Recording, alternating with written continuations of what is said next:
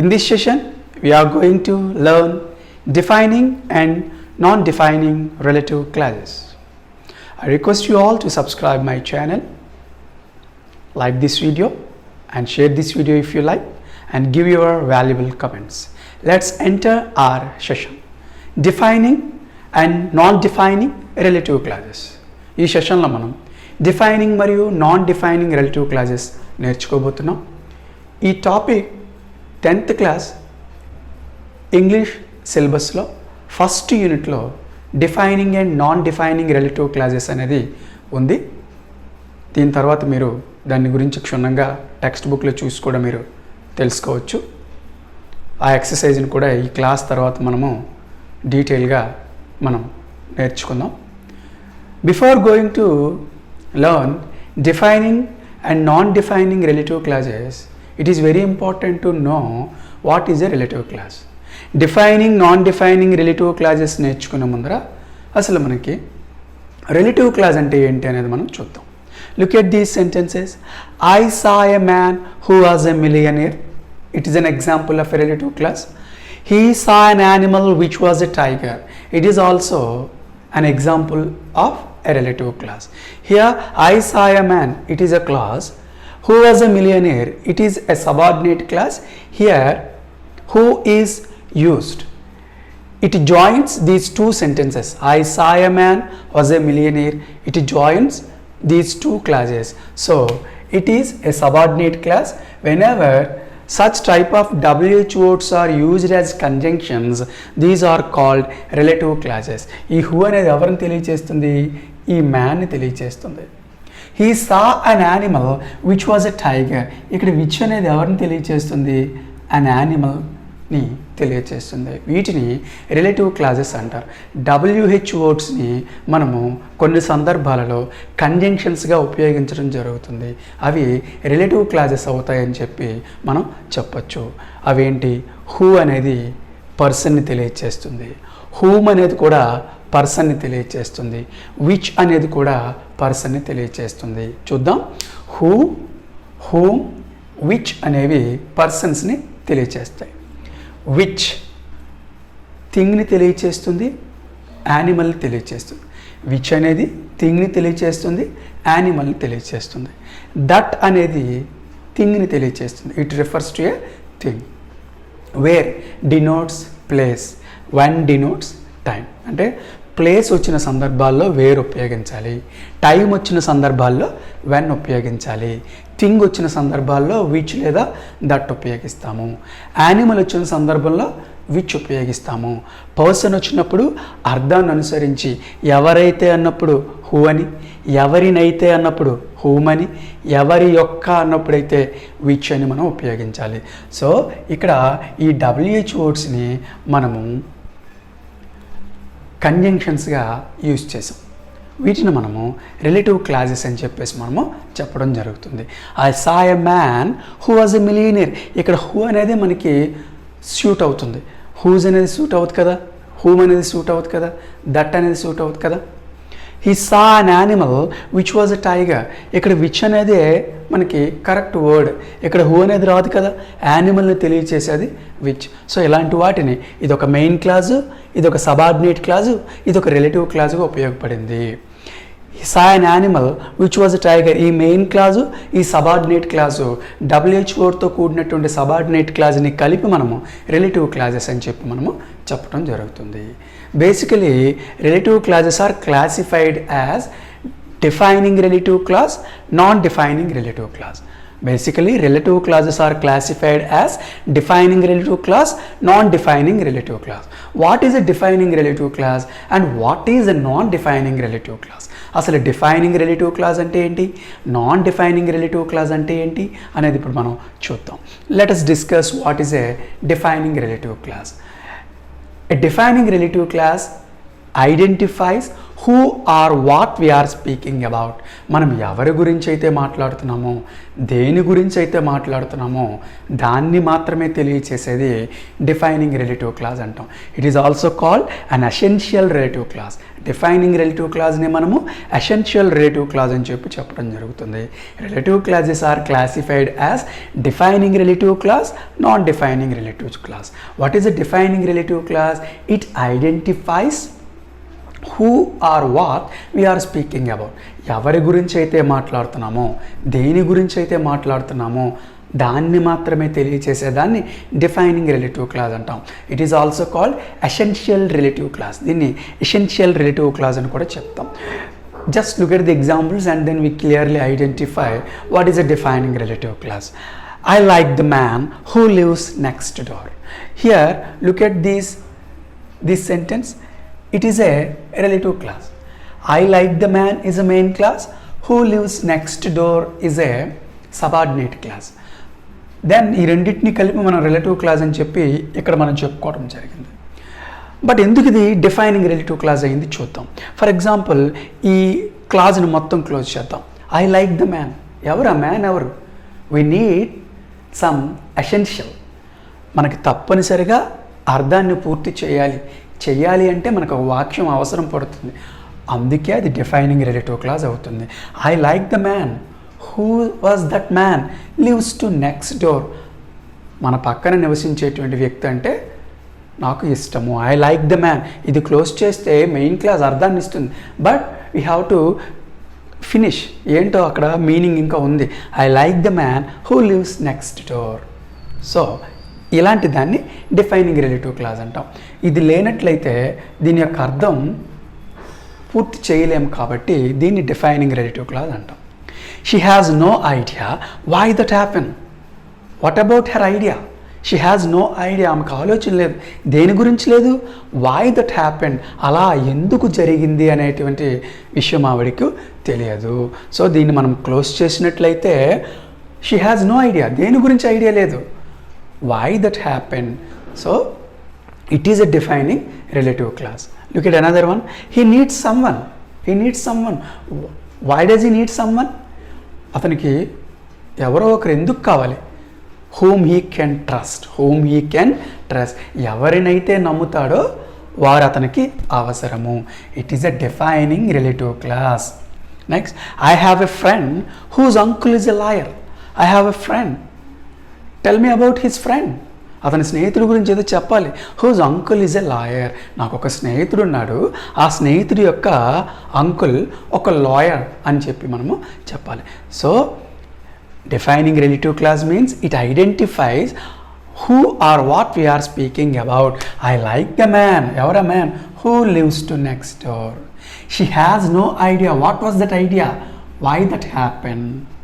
He needs someone. Who is someone whom he can trust. I have a friend. What has his friend whose uncle is a lawyer.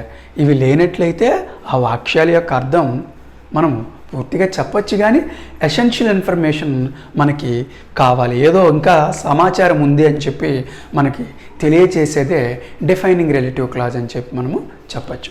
Come to next one, non defining relative clause. What is a non defining relative clause? It just gives some more information about who or what we are speaking about.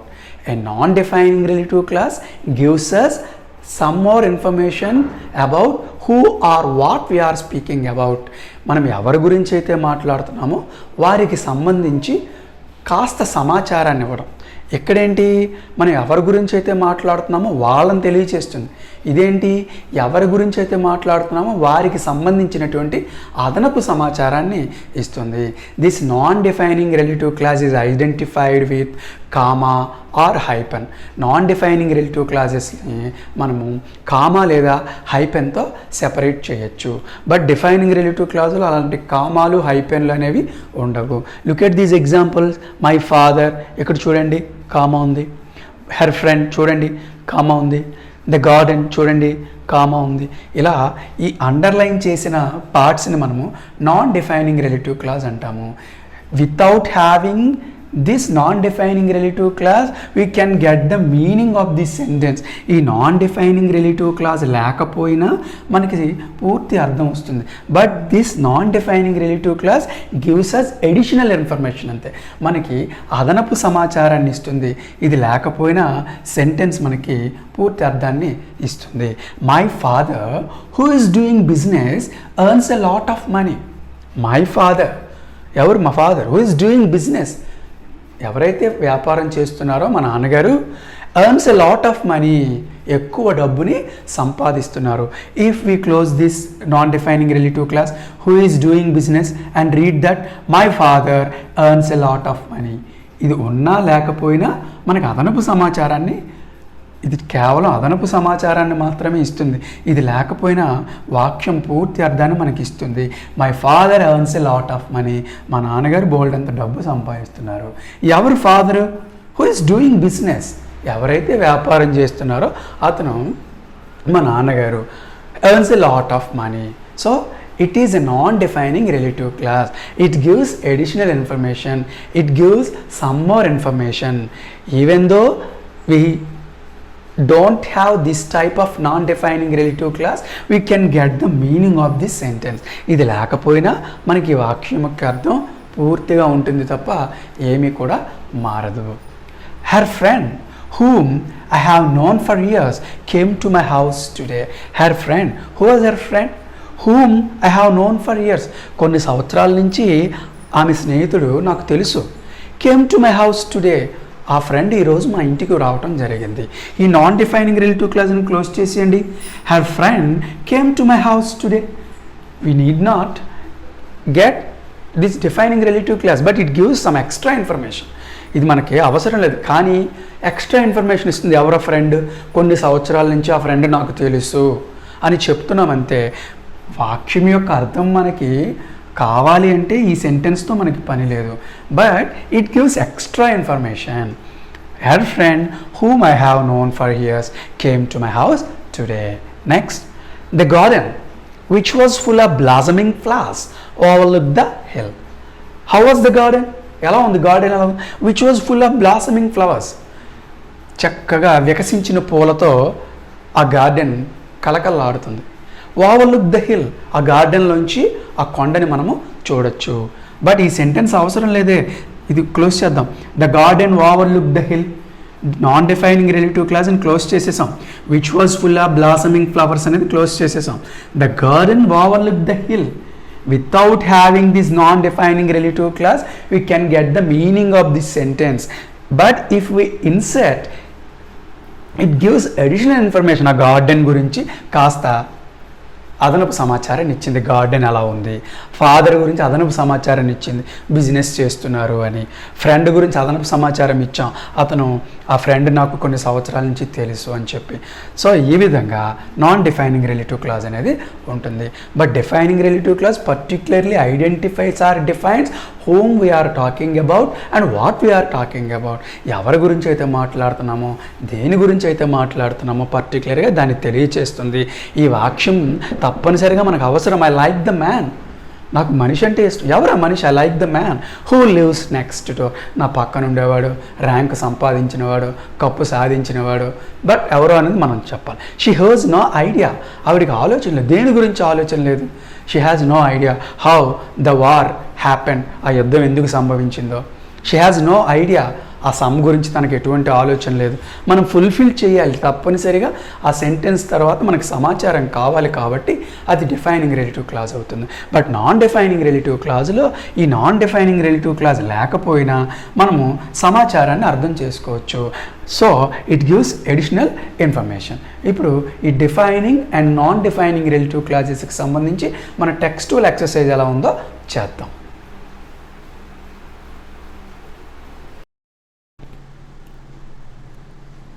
Let us look at these sentences and know the defining and the non-defining relative clauses.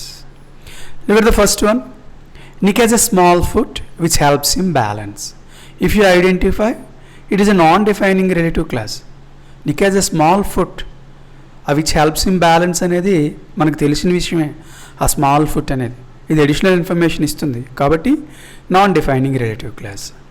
Second one, Nick who was born in Melbourne now lives in Los Angeles. Yes, ఆ who was born in Melbourne అనేది మనకి additional information అని చెప్పొచ్చు.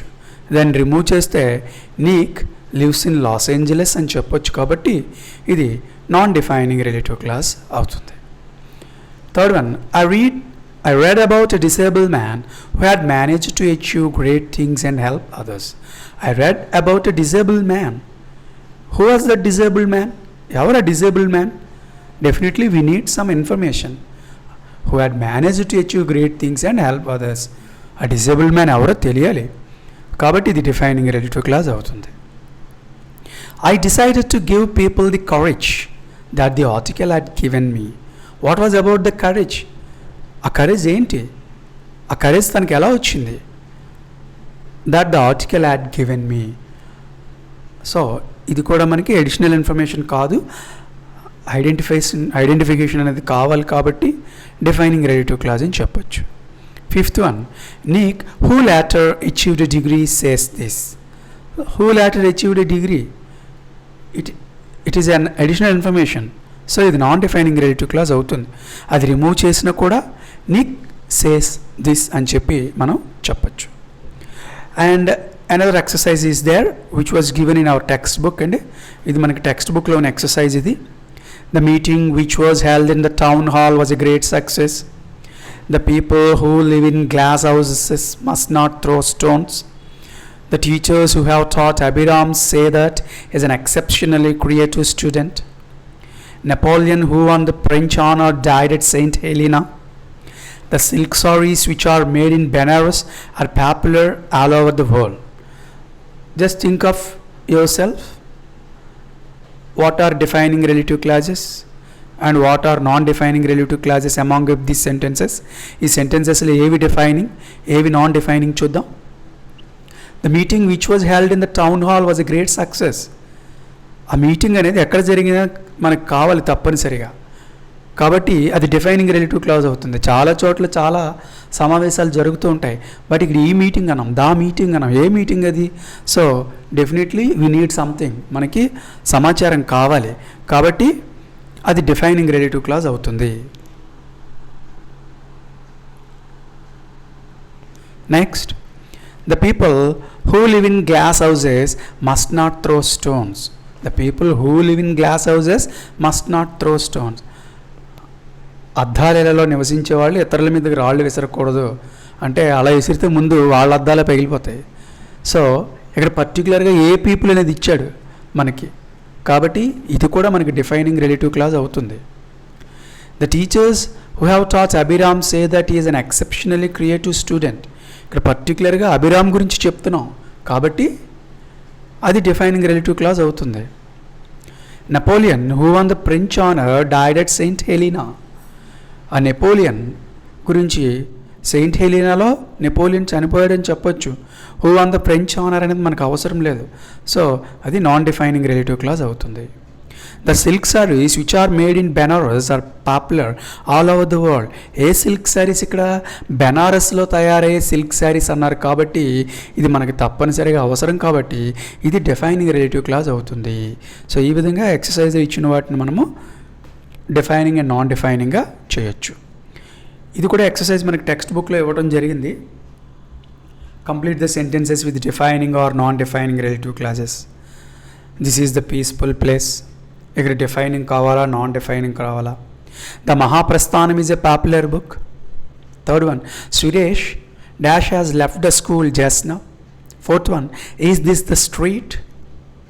Fifth one, the express dash has just arrived. Sixth one, the place dash has been closer to traffic. Seventh one, this is a famous engineering college. Eighth one, my sister has secured a job as an engineer in BHEL. Ninth one, the theatre was designed by Mr. Rao. 10th one, Vishwanath is one of the outstanding directors in Telugu film industry. We are asked to fill these blanks using defining and non-defining relative clauses. This is the peaceful place that is liked by every naturalist. ఇది defining relative clause అవుతుంది. The Mahaprasthanam is a popular book which I have bought in Hyderabad. ఇది defining relative clause అవుతుంది. Suresh, who is my cousin, has left the school just now. ఇది non defining relative clause. Is this a street where meat is sold? ఇది defining relative clause.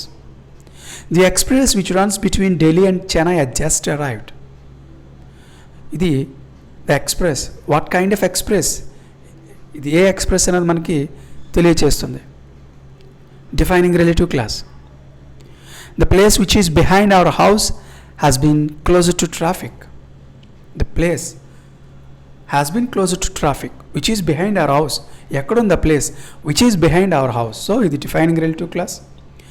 This is a famous engineering college that is founded by Mr. Yashwant. Famous engineering colleges చాలా ఉంటాయి, but ఇది ఒక famous engineering college. ఏంటో famous engineering college? You have to identify something that is founded by mister Yashwant. ఇది defining relative clause. 8th one, my sister who has completed her education in Bangalore has secured a job as an engineer in BHEL. ఇది మనం non defining relative clause అని చెప్పొచ్చు.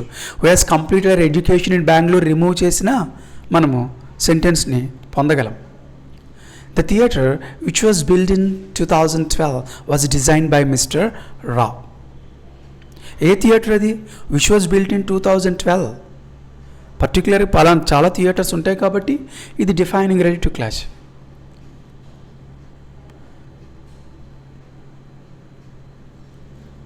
Vishwanath is one of the outstanding directors in Telugu film industry which produces a number of creative directors. ఇది కూడా మనం defining relative క్లాస్గా చెప్పచ్చు. In this way, defining and non-defining relative clauses are there. Please watch this lesson carefully. Thank you very much and don't forget to subscribe my channel.